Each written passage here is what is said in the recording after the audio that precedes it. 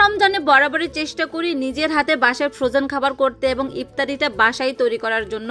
সেজন্যই প্রস্তুতি নিচ্ছি রোজার একটু একটু করে। এইদিকে তো রান্না বান্না, বাচ্চাদের স্কুল আছে, সব কিছু মিলিয়ে আজকের ভিডিওটা। আসসালামু আলাইকুম, সবাই কেমন আছেন? আসলে যেহেতু সামনে রমজান চলে আসছে, আমরা কিন্তু কম বেশি সবাই ব্যস্ত এখন। কারণ হচ্ছে কেউ ঘর গোছানো, আদা বাটা, ওইটা সেইটা, প্রত্যেকটা মহিলাই কিন্তু এখন কি ব্যস্ত। তো যাই হোক, আমি এখানে লেগ পিস নিয়ে আসলাম, তারপরে বড় লেগ পিস নিয়ে আসলাম, তারপরে বুকের ব্রেস্ট নিয়ে আসছি একটু বেশি করে। আসলে এক এক দিন এক একটা করব, তবে এবার বেশি একটা ফ্রোজেন খাবার আমি করছি না, যতটুকুই করছি অল্প স্বল্পই করছি।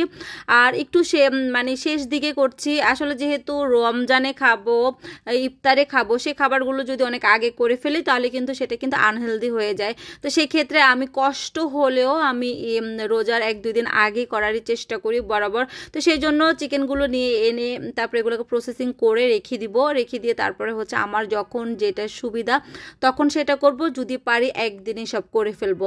তো যাই হোক, এইদিকে হচ্ছে সেগুলো এনে ধুয়ে টুয়ে সব কিছু রেখে দিয়েছি। এখন হচ্ছে একটু খিচুড়ি রান্না করব। ভিডিওটা কিন্তু আজকের না, ভিডিওটা গতকালকে দেখবেন একটু ঠান্ডা ঠান্ডা ওয়েদার ছিল। আর এরকম ঠান্ডা ঠান্ডা ওয়েদারে কিন্তু একটু খিচুড়ি খেতেই মন চায়, কারণ মাঝখানে কিন্তু একদম গরম চলে আসছে, খিচুড়ি খাওয়াটা বন্ধ হয়ে গেছিলো, কিন্তু পোলাওটা খেয়েছি। কেন যেন এখন পোলাওটা খেতে খুব ভালোই লাগে মটরশুঁটি গাজর দিয়ে। তো এইদিকে খিচুড়িটা বসিয়ে দিয়েছি, আর এইদিকে হচ্ছে চিকেন বসালাম। ওই যে ব্রয়লার মুরগিটা বরাবর আমি তো এইভাবেই রান্না করি। যারা যারা আমার পেজে আছেন, আমার আপুরা সবাই জানেন। আসলে কি ব্রয়লার মুরগি হোক, যে কোনো মুরগি এখন আমার একদমই খেতে ইচ্ছে করে না। দেশিটা হলে একটু ভালোই লাগে, এটাই খেতে পারি। আর ব্রয়লার মুরগি তো রান্না করলে হয়তো মাঝে মাঝে 1-2 টুকরা, তাও এইভাবে, তাও 1-2 টুকরাকে ওই লেগ পিসটা, ওই যে পাটা।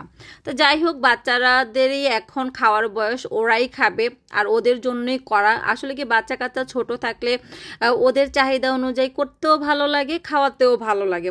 একটা সময় ওরা থাকবে না, যে যার কাজে কর্মজীবনে চলে যাবে, আমারও এত এনার্জি থাকবে না। এই জন্য আমি বরাবরই চেষ্টা করি আমার বাচ্চাদের নিজের হাতে সব কিছু কষ্ট হলেও খাওয়াতে। বাইরের খাবার তো খাই, কিন্তু বাসায় একটু বেশি করা হয়। তো যাই হোক, এদিকে হচ্ছে চিকেনের সাথে কিন্তু আমি একসাথে আলুটাও দিয়ে দিয়েছি, কারণ কি এটা হতে তো বেশি একটা সময় লাগে না। আর যেহেতু আমি এই তেলের ভিতরে শুধু মশলা কষি রান্নাটা করব, সেই ক্ষেত্রে চিকেন এবং আলু দুইটার ভিতরে যদি মশলাটা ঢুকে যায়, খাবারটা খেতে কিন্তু বেশ ইয়াম্মি হয়। তো যাই হোক, যেদিন থেকে আসলে ব্রয়লারটা এভাবে রান্না করতেছি, সেদিন থেকে আমাদের বাসায় ব্রয়লার খাওয়ার প্রচলনটা শুরু হয়েছে, না হলে জিন্দিগিতে খাওয়া হতো না ও চিকেন ফ্রাই।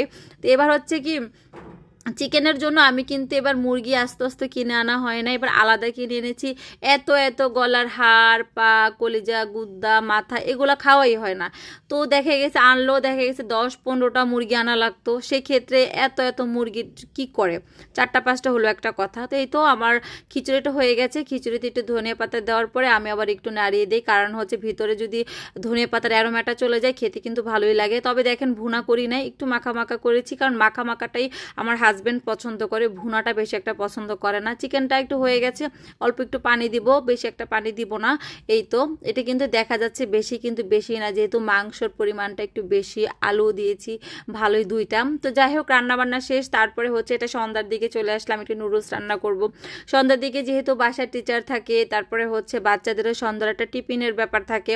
আসলে আমরা মেয়েরা কিন্তু দেখেন সন্ধ্যাতে সকাল থেকে একটা রুটিন থাকে, দুপুরে একটা রুটিন থাকে, সন্ধ্যা একটা রুটিন থাকে, সব সময়ের মতোই কিন্তু ব্যস্ততা থাকে। তার ভিতরে মোবাইল চালাই, পেজ চালাই, কতটা যে নিজেকে ব্যস্ত রাখা হয়। এই জন্য আত্মীয় স্বজন অনেকের সাথে যোগাযোগ ইচ্ছা থাকলেও করা হচ্ছে না। তবে নিজে যে আজাইরা বসে থাকি সেটাও না, ব্যস্ততাই থাকে, নিজের সংসারটা নিয়েই থাকি।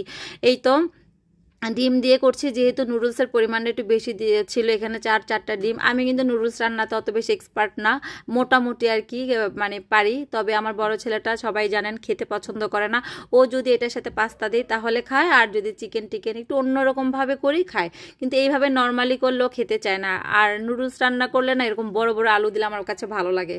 আর এখনকার টমেটোগুলো কি হয়েছে, আপনার শক্ত সেদ্ধ হতে চায় না, কেমন যেন একটা মজা না।